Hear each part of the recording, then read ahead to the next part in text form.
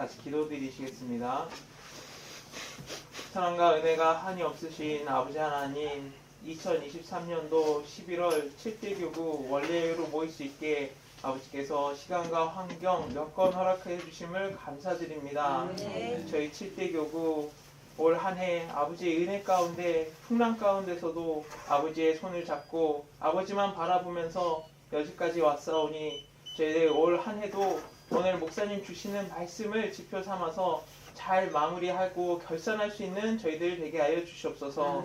저희 7대 교구 여러 가지로 많은 공사 다망한 일들이 있었사오나 모든 것이 아버지 뜻 안에서 아버지 주권 섭리대로 이루어지고 있사오니 저희들 환난 가운데 시험 가운데는 더욱 아버지께 가까이 가고 기도하게 하여 주시고 아버지께서 주시는 복을 받아 누릴 때에는 저희들 아버지께 찬송드리며 그 입에서 미소가 끊이지 않는 저희 7대 교구 될 수 있도록 아버지께서 역사하여 주시옵소서.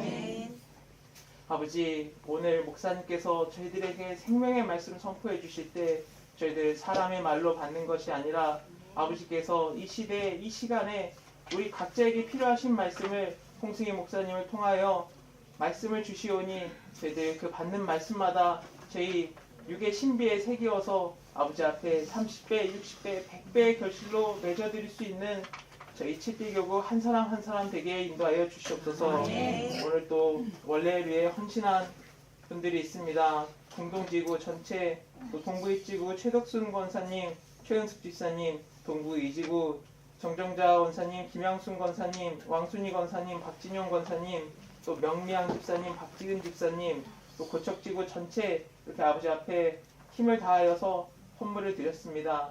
저희들 아버지, 저희들 재물이 있는 곳에 마음도 있다고 하였사오니 저희 자신을 아버지께 드립니다. 아버지께서 모든 헌신을 기뻐 받아주시고 마음 가운데 바라고 원하는 모든 소원들이 생명나무로 응답되는 역사가 있게 하여 주시옵소서.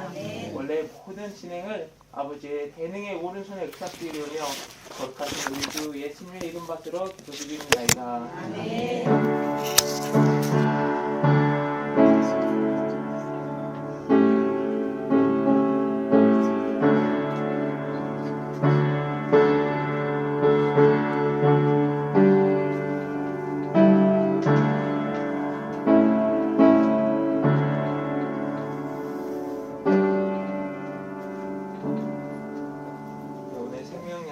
마태복음 24장 34절로 44절입니다.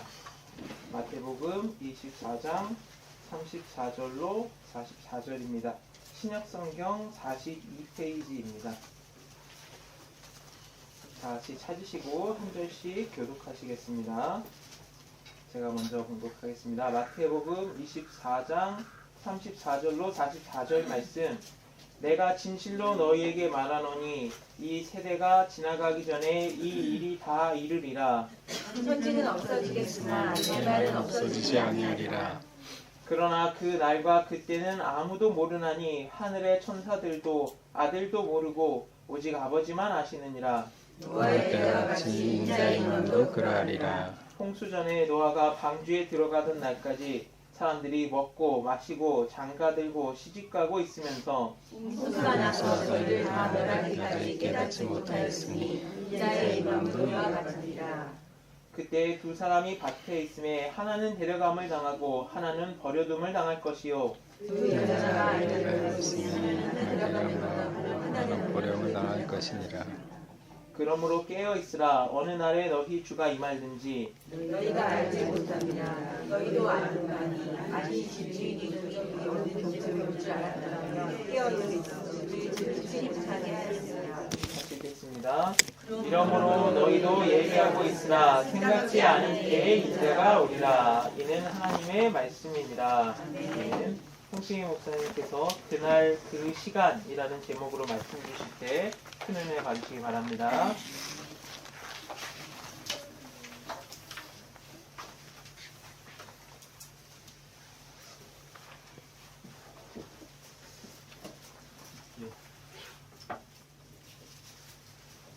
반갑습니다. 잘 들리시나요? 네.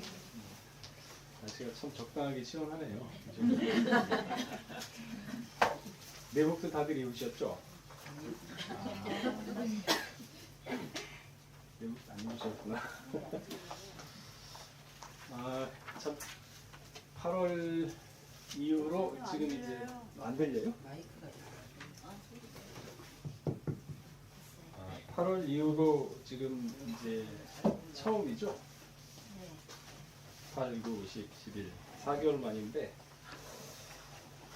코로나 때문에 한동안 이제 예배도 제대로 못 드리다가 지금 또 이제 이 교회 통제하는 바람에 또 못 드리게 되고 참 갈수록 참 예배 드리기가 힘들어지는 세상 되는 것 같아요. 그러니까 알겠습니다. 하여간 또 이게 또 마지막 또 원래잖아요. 그죠? 굉장히 아쉽네요. 아니 예전에 좀 이렇게 다시 그대로 맡으면서 다른 교육을 하나 더 맡지 않나 이렇게 생각을 했었는데 판이 완전히 바뀌어버렸더라고요. 27대를 확 줄으면서 이렇게 막 섞여놨고 저는 이제 19대, 20대를 보니까 기존에 있던 4개 교구가 2개 교구를 합쳐진 교구더라고요. 이제 멀리 쪽 이렇게 좀 왔다 갔다 이제 하게 생겼습니다. 운전하기 좋아하니까 천천히 운전하면서 갔다 오면 될 것 같고요. 예, 오늘 제목이 그날 그 시간 36절의 말씀 있죠. 그날과 그때는 아무도 모르나니. 이 성경에 보게 되면은 재림의 때에 대해서 아주 다양하게 표현하고 있는 것을 볼 수가 있습니다. 그러나 한 가지 알 것은 그날이 분명히 가까이 오고 있구나라는 사실입니다. 그날이 가까이 올 때는 우리 성도들은 어떻게 해야 되느냐? 히브리 10장 25절에 보게 되면요. 모이기를 패하는 어떤 사람들의 습관과 같이 하지 말고 오직 권하여 그날이 가까움을 볼수록 더욱 그리하자. 그러니까 갈수록 모이기가 힘들어지잖아요. 물론 지금 물리적으로도 힘들지만은 또 한편으로는 그 경제적인 이유로 또한 신앙이 나태해짐으로 그다음에 세상에 더 매력을 느껴서 세상에 빠져가지고 교회를 멀리하고 말씀을 멀리하는 그러한 시대가 온다는 거죠. 지금 세상 보게 되면요, 이렇게 밖에 나가서 즐기면서 재밌게 놀 수 있는 것들이 굉장히 많지 않습니까? 그러니까 이제 뺏기는 거예요. 자꾸 그런 쪽에 눈이 가게 되고 그런 쪽에 마음이 뺏기게 되면은 자연스럽게 마음의 움직이는 데 따라 몸도 움직이게 돼 있거든요. 그러한 세상의 유혹이 점점 많아지는 세상이 온다는 거죠.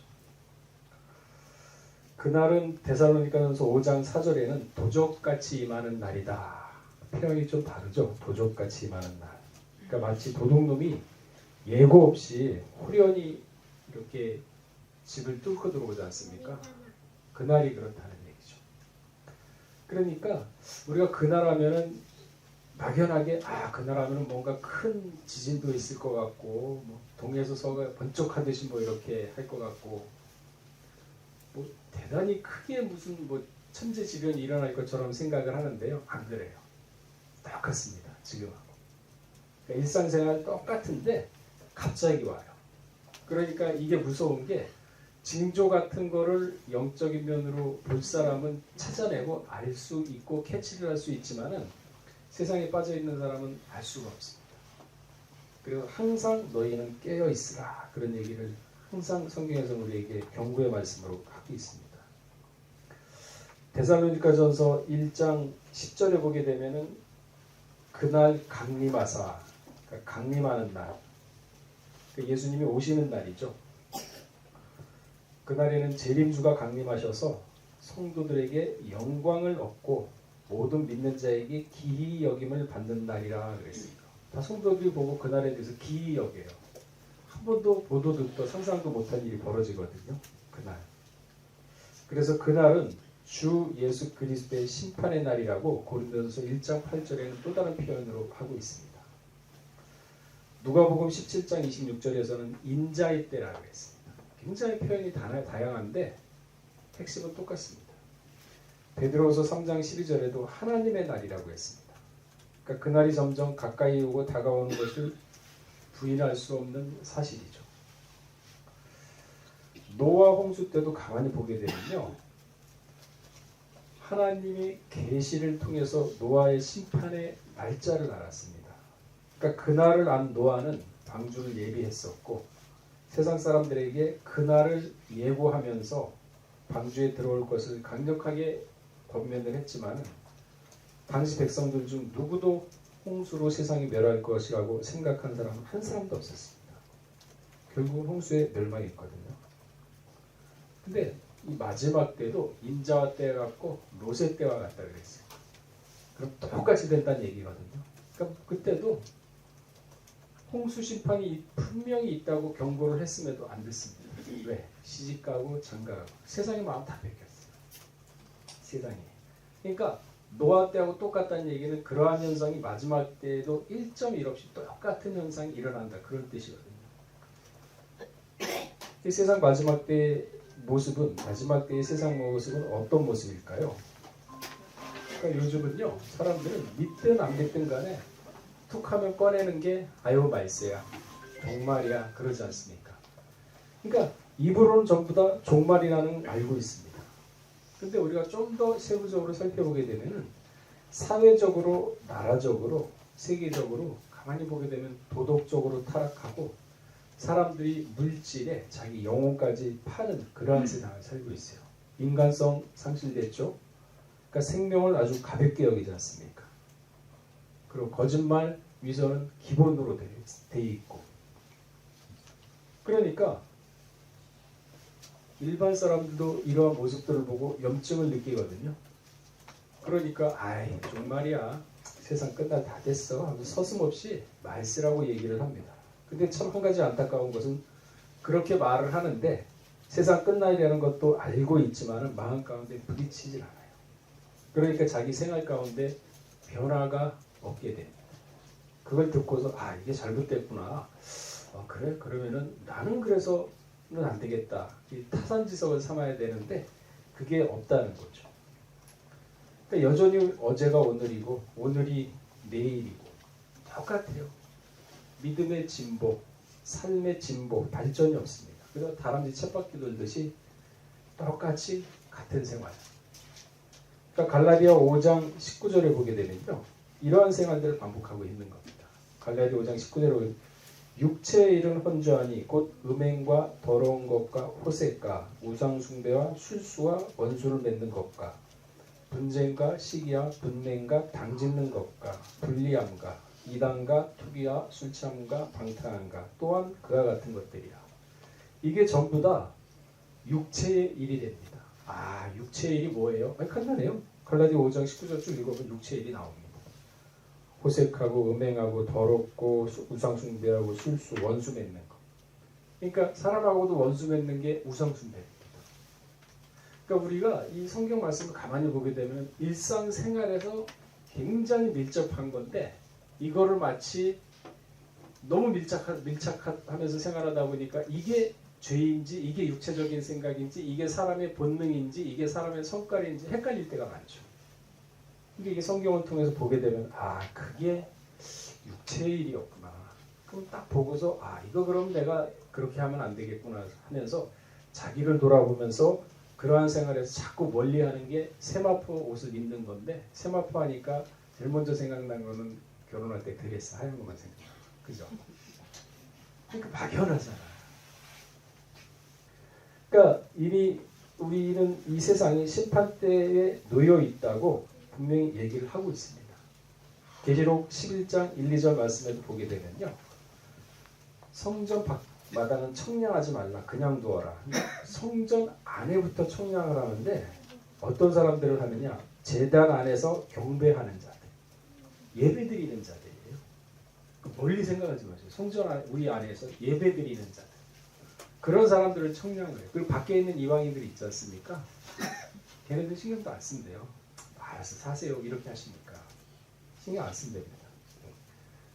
그러니까 이미 교회부터 심판이 시작됐거든요. 근데 우리는 그 영의 세계니까 모르거든요. 그 심판 됐어요. 이미. 근데 몰라요. 그 마지막 때도 똑같아요. 몰라요. 닥치고 나서는 이게 심판이었나? 그러니까 그게 맞는 말이에요. 코에 물이 들어갔을 때도 이게 심판인가? 몰랐대요. 왜? 70년이라는 시간 동안 굉장히 비도 많이 내려온 적이 있었을 거 아닙니까? 그러면은 그게 한두 번 겪었을 때는 아 이게 노아가 얘기한 홍수 심판인가? 그런가? 그러면서 이제 겁나고 경계하고 이렇게 했는데 아니거든요. 지나가거든요. 그러니까 한 2번 그렇게 닥치니까 이건가 하다가 한 3번 그렇게 경험하잖아요. 그러면 사람 무감각해져요. 3번만 하면. 그러니까 그때도 홍수 심판이 온다고 해도 안 들려요. 지금 우리 종말이라고 얘기하는 게 언제 얘기해요? 그래서 한 2000년 전부터 얘기했잖아요. 그러니까 똑같아요. 종말이 뭐 2000년 전에 얘기했잖아. 똑같아요. 그러니까 그걸 듣고서 항상 스스로 자신을 칙칙질하면서 경계를 해야 되는데 안 하거든요. 그러니까 세상에 찌들어 살 수밖에 없는 게 지금의 현대인들이에요. 그러니까 사람은 영물이기 때문에 예감이 있습니다. 또한 영감이 있거든요. 그래서 하는 거를 보면은 알 수 있지 않습니까? 그죠? 우리 같은 사람들 이렇게 생활하다 보면 말을 해보고 대화를 하다 보면 감이 오잖아요. 또 남자들하고 다르게 여자들은 촉이라는 게 또 있대요. 엄청나게면서요, 그게. 뭔가요, 우리? 그러니까 이렇게 사람을 대하다 보면은 이렇게 저 사람이 어떤 사람이라는 건 알아요, 사람들. 왜 그런가 하면 영물이기 때문에. 이 창세기 1장에 보면은 영을 먼저 창조를 했거든요, 남자와 여자. 그 다음에 육을 만들고 생기를 불어넣어서 하나님의 영, 형상을 닮게 한 건데 이런 영물이기 때문에 알아요. 그래서 이 타락하지 않는 짐승들은 세상에 어떤 징조, 지진이 있다 그러면 알거든요. 근데 사람은 몰라요. 왜? 그만큼 타락했기 때문에 영이 어두워졌어요. 그걸 회복하라는 거죠. 그래서 막현호은이라는 말이 있습니다. 막현호은, 막현호미. 이게 무슨 말이냐면은 숨은 것만큼 잘 드러나는 것이 없으며 미비한 것만큼 잘 나타나는 것이 없다. 그런 뜻입니다. 그러니까 숨은 것만큼 뭔가요? 사람의 마음이죠.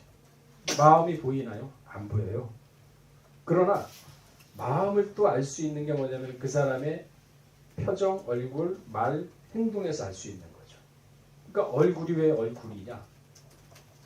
혼의 굴, 동굴이에요. 그래서 얼굴을 보게 되면 야, 너 왜 이렇게 표정이 안 좋아? 뭐 안 좋은 일이 있어? 되면 알잖아요. 그래서 얼굴이에요. 이 사람의 영혼을 나타내는 게 얼굴입니다. 그게 마음이 불편하면은요, 속은 안 보이지만 얼굴을 보면 알 수 있거든요. 그러니까 말과 행동을 통해서 그 사람의 얼굴을 보면서 그 사람의 내면의 모습을 알 수가 있는 거예요. 그러니까 숨은 것만큼 잘 드러나는 게 없다. 마음이죠. 그래서 그 사람의 말과 행동을 보게 되면은 그 사람의 내면을 알 수 있다. 그래서 제일 중요한 게 무엇이냐? 마음의 수양을 먼저 해야 된다. 그래서 옛 현인들이 참 지혜로웠던 게 이 학문을, 지금의 학문을 뭐 직장 잘 구하기 위해서 대학 가고 그러지 않습니까? 근데 사실 이 학문은요, 자기 내면이에요. 내면을 수양하는 게 학문입니다. 그래서 마음을 수양을 하고, 그러니까 마음에 참 인내심도 좀 챙기고, 그러니까 생기고, 그 다음에 이렇게 심지가 좀 굳어지게끔 마음을 스스로 다스려가면서 그 마음을 갖다가 굳세게 키워야 되는 게 마음의 수양입니다. 그래야 이 마음이 올바르게 자리가 잡혀야 말이며 행동이 자연스럽게 마음을 갖다 표출해요. 그래서 왜 이렇게 사람을 만나게 되면은 말을 하더라도 이렇게 매력적이고 이렇게 좀 이렇게 끌리는 말을 하는 사람들이 있지 않습니까? 그 뭔가 모르게 이렇게 성숙한 이렇게 뭐지? 제 얘기는 아니고요. 네. 그런 사람들 있잖아요. 그러니까 그런 사람들 보게 되면 왠지 끌리게 되고 대화도 좀 하고 싶고. 근데 반대로 뭔가 얘기를 하면은 빨리 그 시계 보게 되는 사람들 있지 않습니까? 그러니까 이게 뭐 어디서 마음이에요. 그래서 예수 믿는 사람은 제일 중요한 게 외모 가꾸는 것도 굉장히 중요합니다. 하지만 그거보다 더 중요한 게 내면. 그러니까 외모가 아무리 화려하고 그 뭐 시계 하나가 뭐 이렇게 뭐 한 수천만 원짜리를 차고 그냥 반지 껴놓는 뭐 이렇게 하는 사람들이 있지 않습니까? 그렇게 했다 그래도 대부분의 마음이 올바르고 신앙이 올바른 사람이 대화를 한 5분 정도 하잖아요. 그러면 그 사람의 상태를 알아요. 이게 영물이에요. 근데 여러분도 다 아실걸요? 그렇잖아요. 이게 영물이에요. 그래서 가장 중요한 게 우리가 초점을 어디다 둬야 될 거냐면은 마음에다 두셔야 돼요. 그러면 옷이 남루하고 옷이 허스름하다 그래도 그 사람의 인품이며 그 행동이며 이런 거를 보게 되면은 그렇게 안 느껴져요. 그런 거 살아가면서 많이 보셨지 않습니까? 옷이 참 남루하고 초라해 보이지만 행색이 참 좀 안 돼 보이지만 그래도 대화를 해보면 뭔가 깊이가 있는 대화가 있고 말에 어떤 절제가 있고 그런 사람들이 있지 않습니까? 그러니까 예수 믿는 사람들이 사실 그렇게 돼야 돼요. 아이 목사님 뭐 지금 이제 나이가 내일 모레 이제 120인데 어떻게 그렇게 합니까? 아니 120이 아니라 뭐 한 200을 살아도 그거는요 마음에 갖추는 거에 따라서 이 생각도 달라져요. 그러니까 항상 내 나이가 지금 이제 내일 모레가 80이고 90인데 그러면서 그 나이를 항상 생각하면서 그 나이의 틀을 갖다 갖춰놓지 않습니까? 그러면 진짜 그 나이 틀대로 돼요. 그러니까 나이를 잃어버리세요. 그래서 사도 바울은 빌립보 3장 13절인가요? 내게 능력 주시는 자가 할 수 있다 그랬지 않습니까? 성경 말씀이 그랬잖아요. 그럼 내가 80이고 내가 90, 내가 능력 주시는 자는 내가 할 수 있다. 그게 자신감이에요. 그게 용기고 그렇게 사는 사람이 남한테 그렇게 풍기는 게 다릅니다. 그러니까 내면부터 그렇게 갖추셔야 되는 거예요. 그렇게 갖추다 보면은 마음이 쉽게 흔들리질 않아요. 누가 쉽게 얘기한다 그래도 귀를 갖다 싹 쏠려가지고 뺏기질 않습니다. 그런 마음을 갖다가 중심을 잡는 거를 본인이 스스로 연습을 해나가야 돼요. 그래야지만 남한테도 인정을 받고 그 사람이 전도했을 때 신뢰가 갑니다. 근데 신뢰가 안 가고 말과 행동이 따르고 별 얘기 육두문자 다 나오면서 예수 믿으세요 하면 그냥 싹 돌아서잖아요. 그잖아요. 그러니까 하나님의 이름을 망령되이 일컫는 거랑 똑같거든요. 그러니까 지금 세상이 그래요. 사람들을 보게 되면 가식이고 거짓이고 그러니까 신의 성품에 너희는 참여하라 그랬는데 신의 성품 참여 못합니다. 신의 성품이 뭘까요? 이 마음을 수련하기 위해서는 신의 성품에 참여해야 되는데 신의 성품이 뭘까요? 신의 성품이 있어. 인간의 성품이 있고 신의 성품이 있습니다. 뭐 수염 길게 하고 지팡이 들고 하얀 옷 입고 그런 성품 말고 자 우리 한번 찾아볼까요? 베드로후서 1장 4절 한번 찾아보겠습니다.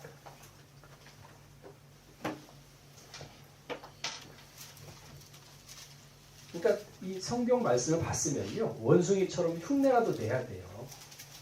마지막 때 누가 구원을 받느냐? 성경 말씀대로 사는 사람이 구원받는 거지. 하늘에서 무슨 뭐 영이 떨어지고 말씀이 떨어지고 무슨 영이 받았다 해가지고 이렇게 쫓아가면 그 나중에 다 지옥 갑니다. 성경 말씀. 그래서 오직 말씀이에요. 그러니까 성경 말씀에서 신의 성품이 무엇인가 하고 찾아보면서 되새기세요.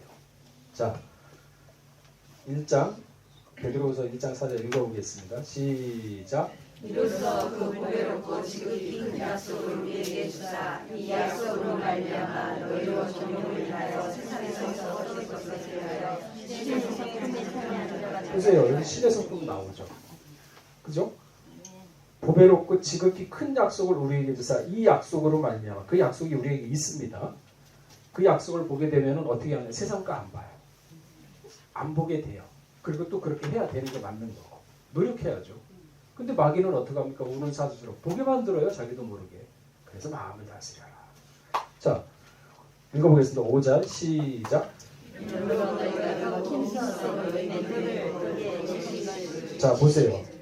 믿음에, 그러니까 더욱 힘쓰라 그랬죠. 그러니까 믿음의 덕을, 야, 저 사람 참 덕망이 있어. 그래서 모세가 오주했거든요. 덕이 있으니까. 그러니까 이게 신의 성품이었어요. 몰랐잖아요, 우리는. 근데 믿지 않는 사람도 덕이 있습니까? 없습니까? 있잖아요. 그죠? 그 사람도 신의 성품 가지고 있는 거예요. 믿지 않기 때문에 저 사람은 없다. 아니요. 아담, 전부 다 따져가면은 한 아버지 아담이잖아요. 그렇잖아요. 하나님 형상 창조했고. 그러니까 믿음의 덕을, 덕의 지식을. 그죠? 이 지식은요, 세상 지식보다도 하나님의 지식, 영적 지식.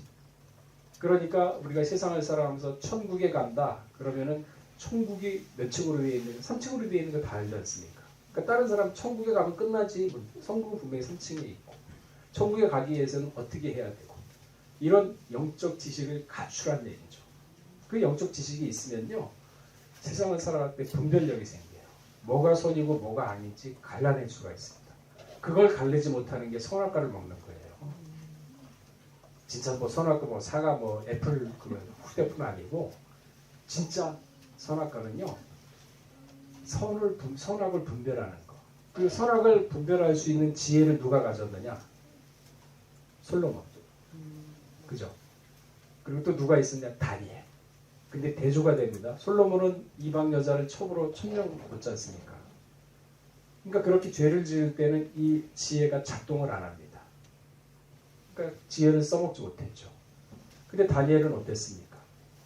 에스겔 28장에 보게 되면 다니엘의 지혜, 뱀이 다니엘의 지혜보다 더 뛰어났거든요. 그러니까 그 지혜. 그러니까 세상을 살아가면서도 이 인간관계, 그 왕하고 신하의 또 관계에 있지 않습니까? 그 질서를 잘 지켜야지 그 질서를 안 지키게 되면 한순간에 뭐가 달아나요. 왕 앞에서. 그러니까 그런 질서, 왕과 신하의 관계, 부모와 자식 간의 관계, 그거를 자세히 기록해 놓은 게 십계명이거든요. 자, 신의 성품에 참여한 젠다. 믿음의 덕의 지식을. 자, 6절에 읽어보겠습니다. 시작. 보세요. 지식을 가지고 있으면 그 지식이 생활 가운데 나타나야 되잖아요. 그럼 뭐가 있어야 돼? 절제. 누가 뭐 기분 나쁘게 하더라도 막 욱 해가지고 뭐 내뱉는 거. 저도 예전에 그랬거든요. 지금 많이 바뀌었어요. 욱 하고 막 이런 거 막 진짜 한번 해볼까? 손해예요. 진짜 손해예요. 그러니까 그럴 때는 이건 아닌데, 이건 안 되겠구나 하면서 자꾸 내 자신을 갖다가 절제하고 죽이면서 아니다, 이거는 아니다 하면서 자꾸 내 자신을 갖다가 치는 거죠. 그러면요, 그렇게 돼요. 그 사람은 생각하는 대로 된다 그러셨어요.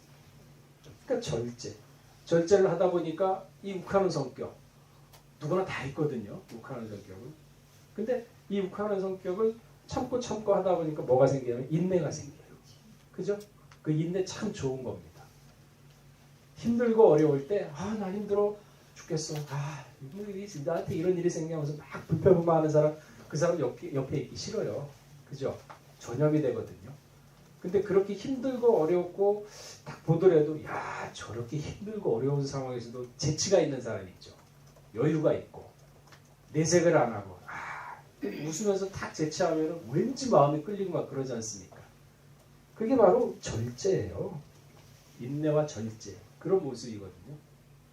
그러면서 그렇게 하다 보면은 왜 경건해지냐? 경건이라고 했지 않습니까? 왜 경건해지느냐?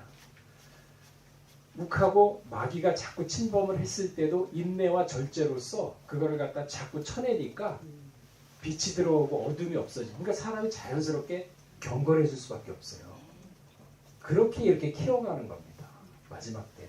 이게 신의 성품에 참여하는 방법이거든요. 근데 이게 하루아침에 될까요? 안 될까요? 안 되죠.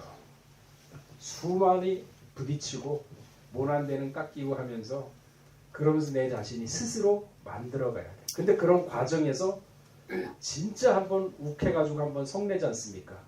뭐 그때는 정신없어요. 그동안 참았던 거 다 쏟아내요. 그리고 돌아서고 나서는 허무해요. 참을 걸. 그래서 한번 성내는 것이 그 나라의 의를 이루지 못하는 게 신의 성품에 참여하지 못한다. 이해가 되시죠?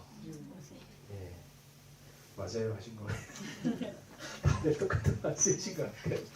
맞아요. 자, 7절 시작. 경건의 형제 후에 사랑을 공급하라. 결국 어디로 갑니까? 사랑으로 가요.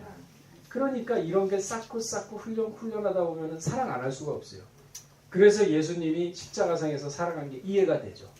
그 모든 걸 다 자르고 그거 과정을 다 거치면서 선악을 분별하고 시험까지 통과하면서 오직 말씀을 해가지고 십자가상에서 사랑으로 보여줬지 않습니까? 그래서 때려도 앗소리 안 했대잖아요. 그대로 맞았댔지. 속으로 너 가만히 있어. 내가 부활하면 너 가만 안 둘 거야. 그러면 신의 성품에 참여하는 게 안 돼요. 그래서 십자가를 지고 자기를 죽이라는 얘기 아닙니까? 그러니까 결국은 형제 외에 사랑을. 그러니까 그게 원수를 사랑하라는 게 불가능한 게 아니에요. 이제 이해가 좀 되시죠? 원수를 사랑하라 그러니까 나 원수 사랑 못하겠어. 나는 못해. 하나님이 해주셔야 돼.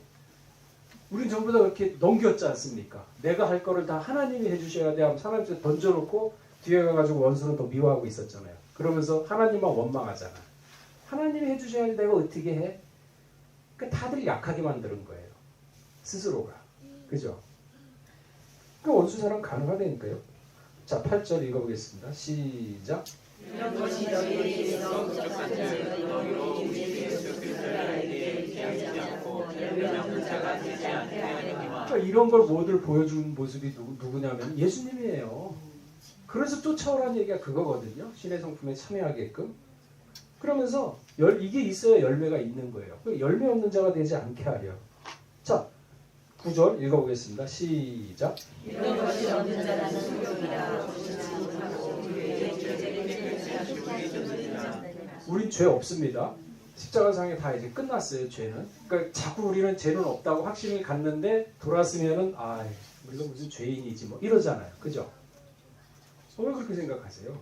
죄 없잖아요. 죄 없잖아요. 근데 뭘 죄인이라고 생각하세요? 근데 자꾸 내가 죄가 없어졌나? 이러잖아요. 그러니까 심지가 굳지 못해서 그래, 마음이. 죄 없다고 분명히 얘기했지 않습니까? 뭐 없는 거죠. 뭐 이렇게 사족이 많습니까? 그 죄 없잖아요. 그잖아요. 없으면 이제 시작하면 되는 거예요. 그잖아요. 믿음의 덕을 뭐 시작하면 돼요. 근데 또 그러지. 야, 네가 지금까지 그렇게 살았는데 뭐 갑자기 무슨 믿음의 덕을 한다고 그렇게 하느냐? 그렇게 하면 또 기분 팍 상하잖아요. 그죠? 그러니까 지혜롭게 뱀처럼 이제 이렇게 믿음의 덕을 할 때 나 오늘부터 믿음의 덕을 할 거야 하지 마시고 그냥 속으로. 그러면 분명히 마귀는 가만 안 있습니다. 야, 네가 뭘 무슨 자격이 있다고? 네 죄졌는데 무슨 믿음이 무슨 덕이야? 그럼 또 무너지기 시작을 하죠. 그죠? 그럴 때 이게 마귀 장난이구나 하면서 단호하게 쳐낼 수 있는 결단성이 또 있어야 돼요. 그래야 신앙의 발전이 있습니다. 그거 없으면요. 오늘이 그날이고 물에 술 탄 듯 술에 물 탄 듯 발전 없습니다. 단호함.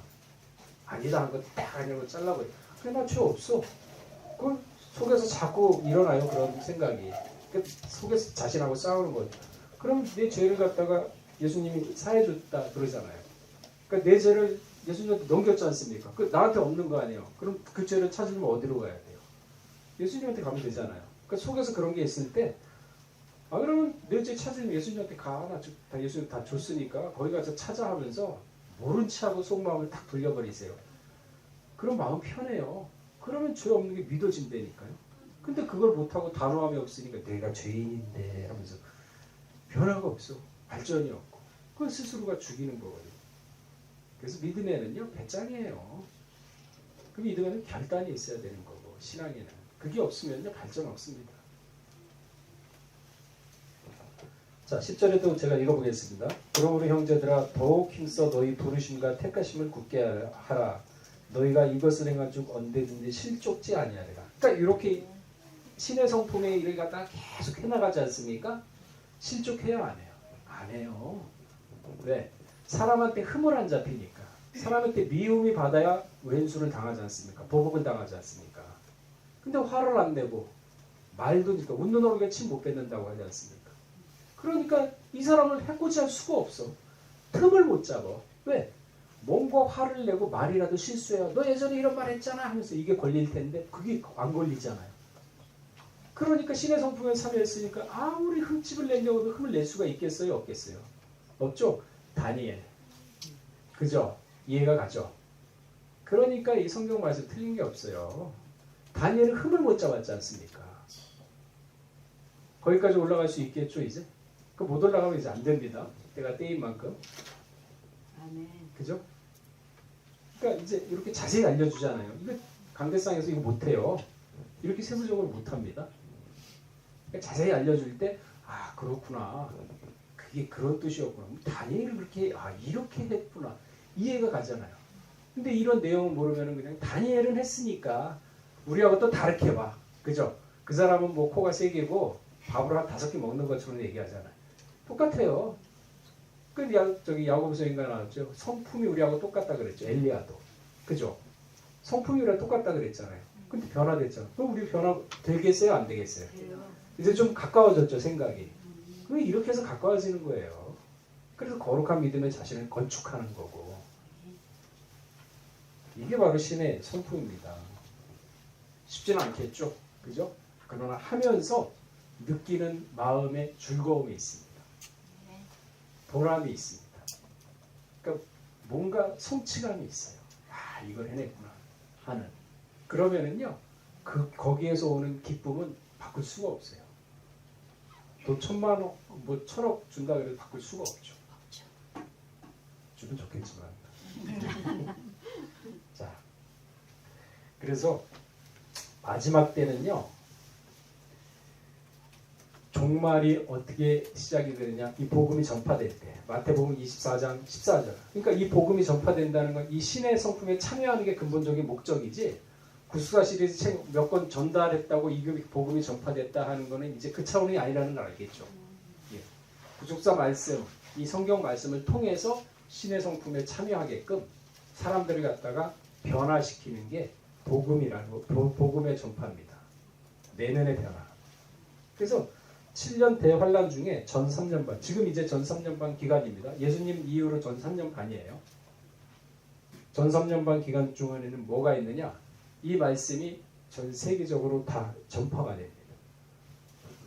자, 예수님 당시에는 2000년 전, 그러니까 이베리아 반도죠. 스페인하고 포르투갈이 이렇게 이베리아 반도, 그 서양의 맨 끝에 있는 나라예요.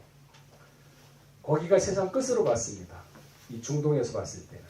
그러니까 거기까지 로마 시대 때, 그러니까 사도 바울은 다 전파했습니다. 지금 이쪽 아시아 여기로 복음 들어온 곳은 200년이 채 안 됩니다. 그죠? 그러나 지금 이 인터넷이며 이 모든 것들이 보급이 됐잖아요. 아프리카 총구석에도 성탄절 알잖아요. 복음 다 전파됐어요. 그렇잖아요. 지금 예수 그리스도 모르는데 어디 있습니까? 그렇잖아요. 불교 신자도 십자가 목걸이 하고 다니는데 다 하고 다녀요. 예수 모르는 사람 없어요. 다 전파됐어요. 자, 그러면 이 예수 안다고 해가지고 이 모든 사람들이 천국에 들어갈 수 있느냐? 아니요. 왜? 교회부터 심판돼요. 의인 중에 악인 가르는 역사가 이제 시작되는 거죠. 그죠? 의인 중에 악인 가르는 역사가 시작되는 거예요. 그러니까 종말에 있어서 마지막 때는 교회부터 심판을 하고 그 중에 의인 중에 또 악인을 가르는 역사가 있습니다. 우리가 볼 때 그럼 종말이 언제 시작되느냐 하면서 날짜에 대해서 굉장히 민감하지 않습니까? 그죠? 그럼 제가 이 날짜는 저는 모릅니다. 그 하나님 아버지께서 속했다고 했으니까 이 날짜를 만일 안다 했을 때 여러분들은 어떻게 될 것 같아요? 아, 그 날짜 알았으면 그 날짜 속에 뭐 방주 싹 들어갈 수 있을까요? 내일 모레 종말이 시작된다. 그러니까 좋다. 7일 전에 알았다고 칩시다. 예? 오늘이 토요일이잖아요. 다음 주 토요일이면 지구 멸망합니다. 심판 시작됩니다. 그럼 일주일 전입니다. 그러면 어떻게 하겠어요? 노아 시대 때나 방주에나 들어가지. 지금은 어떻게 하겠어요? 그러면 7일 남겨놓고 여러분들이 날짜 알았다고 해가지고 할 수 있는 게 뭐가 있을까요? 아무것도 없죠. 그죠? 날짜 알아서 뭐 하겠어요? 그렇잖아요. 그죠? 날짜 알아서 뭐 하겠어요? 그러니까 이 시험 보는 애들이 진짜 공부 열심히 하고 시험 보는 날을 갖다 기다리는 사람이 있습니다. 근데 공부 열심히 안 하고 시험 보는 날짜가 두려운 애가 있어요. 그러면은 공부 열심히 안 해는 시험 보는 날짜가 다가올수록 더 초조합니다. 그죠? 그러면은 시험 날짜를 앞두고서 그 짧은 시간에 그게 되겠습니까? 안 되죠. 그러나 시험 공부 열심히 하는 애는 기다려요. 아, 언제 빨리 시험을 한번 해보자 하면서 막 기대에 부풀어서 기다리고 있습니다. 그렇게 하면 되잖아요. 그죠? 날짜 알아봤자 오히려 날짜 딱 알게 되면 더 신앙 못 가져요. 불안 초조한 게 사람 마음이에요. 그러니까 마태복음 24장 36절에도 그때 그날과 그때는 천사도 모르고 아들도 모르고 아버지만 안다 그랬습니다. 그런데 노아가 7일 전에 알 수 있었던 비결이 뭐냐? 하나님 딱 봤을 때 홍수 심판을 하게 되면은 이 방주가 물에 떠가지고 부서지지 않고 내가 정하는 시간까지 이게 떠 있겠구나 계산을 하나님이 하시죠. 다 하세요. 밑에 보수를 할 게 남았는데 이 보수가 끝나지 않는 상태에서 홍수를 하게 되면 이거 분명 하루도 못 가서 이거 침몰된다. 그러면 모든 게 다 죽겠다. 그러면 하나님 심판 안 하시죠. 그죠? 그러니까 100% 완벽히 탈게 됐을 때 그때 하나님 다 계산하시잖아요. 150일 창이라고 이렇게 하고 뭐 할 텐데 얘가 버텨낼까? 버텨낸다 그러면 심판하세요. 그리고 노아 방주 기간을 딱 정했다가 딱 들어가면은 문은 노아가 닫는 게 아니라 하나님이 닫아요. 못 엽니다. 그러니까 심판 시작되면 회개 못합니다. 절대 안 돼요. 그래서 계시록 6장 12절 한번 찾아볼까요? 여러분들 저기 뭐 겁을 먹어라 두려워하라 하고 하는 건 아니고 그냥 이런 게 있다 알아두시면서 그냥 편하게 드시면 됩니다.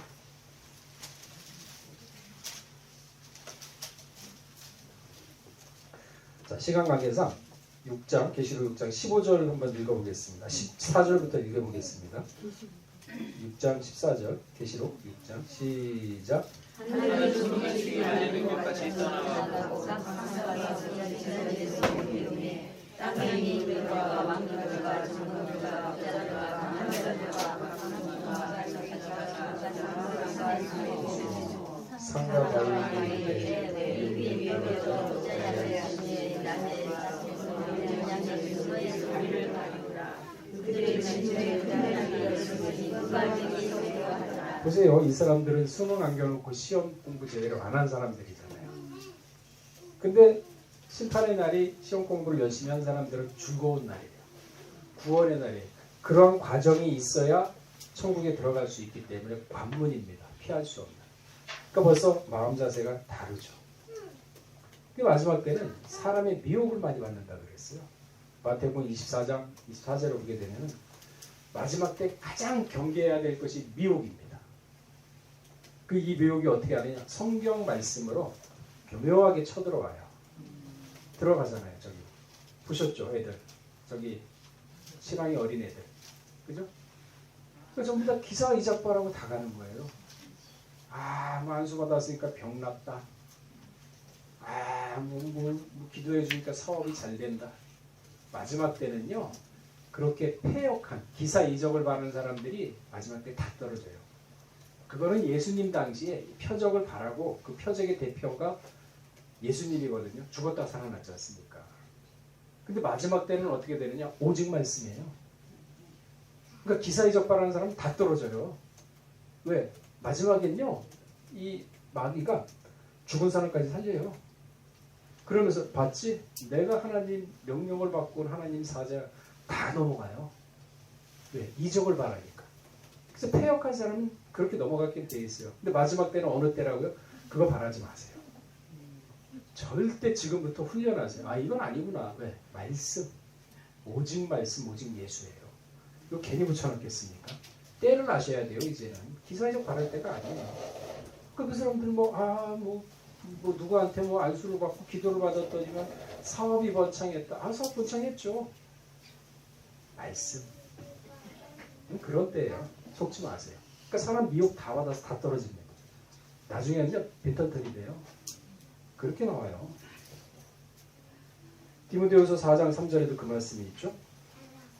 때가 이르니 사람이 바른 교훈을 받지 아니면 안 받아요. 희한해. 그러니까 참 버린 사람은 안 받아. 아무리 하늘의 얘기를 하고 좋은 얘기를 해도 귀가 가려워서 안 받아요. 그러니까 사욕을 쫓습니다. 그러니까 여기서 헌금을 하는 때 하나 되면 저쪽에 가서 뺏기라니까 인간까지 주고 참 기가 막혀요. 참 이게 이런 말이구나. 마태복음 24장 24절에도 거짓 그리스도가 거짓 선지자들이 일어나. 일반 사람이나 거짓 그리스도와 선지자들이 일어나요. 큰 표적과 기사를 보이어 할 수만 있으면 택한 자도 미혹해 하리라. 그러니까 하늘의 생명책이 기획된 자도요 미혹하려고 해요. 근데 하물며 거기 기록 안 된 사람들, 푸른 나무도 이와 같은데 마른 나무는 오죽하냐. 그러니까 정신 차려야 돼. 뭘로? 말씀. 말씀에는 없어요. 다 필요 없어요. 기사에서 다 필요 없어요. 아까 신의 성품 아는 것도 여기서 어디서 봤습니까? 세상 책에서 봤나요? 성경에서 봤잖아요. 이거 봐. 성경 말씀이에요. 이 말씀을 하나씩 상고하면서 그 안에 담겨있는 보물을 캐는 겁니다. 이게 바로 천국의 보화를 캐는 거예요. 이 신의 성품이라는 게 이런 거였구나. 나는 그냥 그 신선이 지팡이면서 이렇게 구름 타고서 수염 난 거 이게 성품인 줄 알았다는데 막연한 게 아니잖아요. 그죠? 그러니까 성경을 통해서 신의 성품을 알았지 않습니까? 이제는 좀 더 깊이 알기 위해서는 상고를 해야겠죠. 신의 성품, 인내, 절제, 이게 무엇인가? 고민하세요. 고민하고 좀 궁금하고 알고 싶은 거 있으면 기도하세요. 그러면요, 하나님 살아계십니다. 뱀 안 줘요. 돌 안 줘요. 떡 줍니다. 고기 주고 지혜 줘요. 깨닫게 해요. 그럼 거기서 오는 기쁨. 그래서 다윗이 성경 말씀을 통해서 꿀송이처럼 달다 그랬죠. 그걸 체험하셔야 돼요. 아, 이게 이 말씀이었구나. 그러면요, 미친놈처럼 길 가다가 웃어요. 혼자서. 아, 산을 보고서 막 웃고 다녀요. 제가 그랬거든요. 깨달으니까 웃고 다녀. 옆에 있는 사람이 지나 쳐다봐. 그 쳐다보던 줄 알고 혼자 오죠. 그러니까 그 말씀의 꿀송이, 그걸 깨닫게 되면 말씀에 빠져요. 그러면서 성경 말씀의 깊이를 알게 되는 거죠. 그러면서 내 자신이 자꾸 말씀을 깨닫는 것만큼 어둠이 물러가고 빛으로 가는 거예요. 그게 세마포예요. 자, 그러니까 무조건 덮어놓고 믿습니다. 얼마나 어린애 같은 진행이에요. 그죠? 어린애 같은 진행이에요. 그러니까 성경 말씀을 자세히 보면서 이게 이런 뜻이구나. 이게 이런 말씀이었구나 하면서 그거를 갖다가 하나씩 알아가면서 깨달아가는 거. 말씀은 빛이라 그랬거든요. 깨달으면 마음에 어둠이 없어집니다. 빛이 점점 차면요, 신의 성품에 참여하다 보면 생각이며 행동이며 말이 자기도 모르게 자연스럽게 바뀝니다. 왜? 이 모든 말과 행동, 표정은요, 마음속에서 나기 때문에. 그래서 마음을 먼저 다스려라. 그 잠언서 4장 23절에 마음속에 생명나무가 하는 길이 있다 그랬지 않습니까? 이제 뭔가 조금 감이 잡히죠. 막연하지만 생명나무가 진짜 어디 저기 중동에 메소포타미아 가서 찾아야 되나 이거 아니잖아요. 그죠? 뭔가 확실치 모르는 그래, 생명나무 마음에 있다는 게 뭔가 있는 것 같아. 거기까지는 생각이 오지 않습니까? 그죠? 그것만 해도 많이 오신 거죠. 또 모르는 사람 많지 않습니까?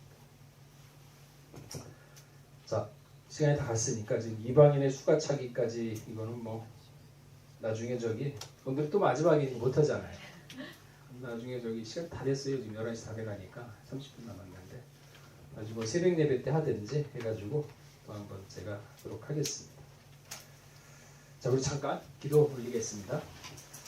사랑하신 하나님 아버지, 참으로 이 세상을 살아가면서 아버지 하나님, 너무나도 저희가 말씀을 모르고 하나님을 모르고 예수님을 모르면서 막연하게 예수를 믿고 신앙생활을 해왔던 걸 다시 한번 돌아보게 하여 주시옵고, 저희의 부족한 것이 있다면 아버지 하나님 넉넉함으로 채워주시옵고, 저희의 나약함이 있다면 강연함으로 채워주셔서 이제는 오직 말씀만 상고하고 말씀 안에서 하나님의 뜻을 찾아내고 주여 주여 하는 것이 아니라 그 뜻대로 행함으로 말미암아 먼저는 마음의 하늘의 평강을 얻고 또한 마음 가운데 하나님을 의지할 때 이 세상에서도 우리 몸은 질그릇이자 말씀이 보배라 하였사오니 어디를 가도 사비부 말씀으로 보험받는 귀한 우리 칠대교구 모든 가정이 될 수 있도록 은혜를 더하여 주시옵소서. 오늘 또한 11월 원래 예배에 헌신하신 공동 전체지구 있습니다. 최덕순 권사님, 최은숙 집사님, 정정자, 김양순, 왕순이, 박진용 권사님, 명미양, 박지은 집사님, 고척지구 전체가 이렇게 하나님 앞에 원래 예배에 헌신했습니다. 아버지 하나님, 그 손길을 기억하여 주시옵고 그 마음을 받아주시사 하고자 하는 모든 일의 만사 형통의 축복으로 인도하셔서 선한 결과로 나타나는 가정들 될 수 있도록 은혜를 더하여 주시옵소서. 아멘. 우리 또한 칠대교구 참 많은 시간 이렇게 만나보지 못했지만은 아버지 하나님, 언제든지 교회에서 봤을 때 궁금한 것 또한 물어보고 서로 친근히 대하면서 서로 영적인 교제를 통해서 말씀을 하나라도 알고 말씀으로서 성장하는 그러한 우리 성도들 될 수 있도록 은혜를 더하여 주시옵소서. 모든 말씀 빌고 나올 때 존귀하신 예수 그리스도 받도록 감사하며 기도를 드렸사옵나이다. 아멘.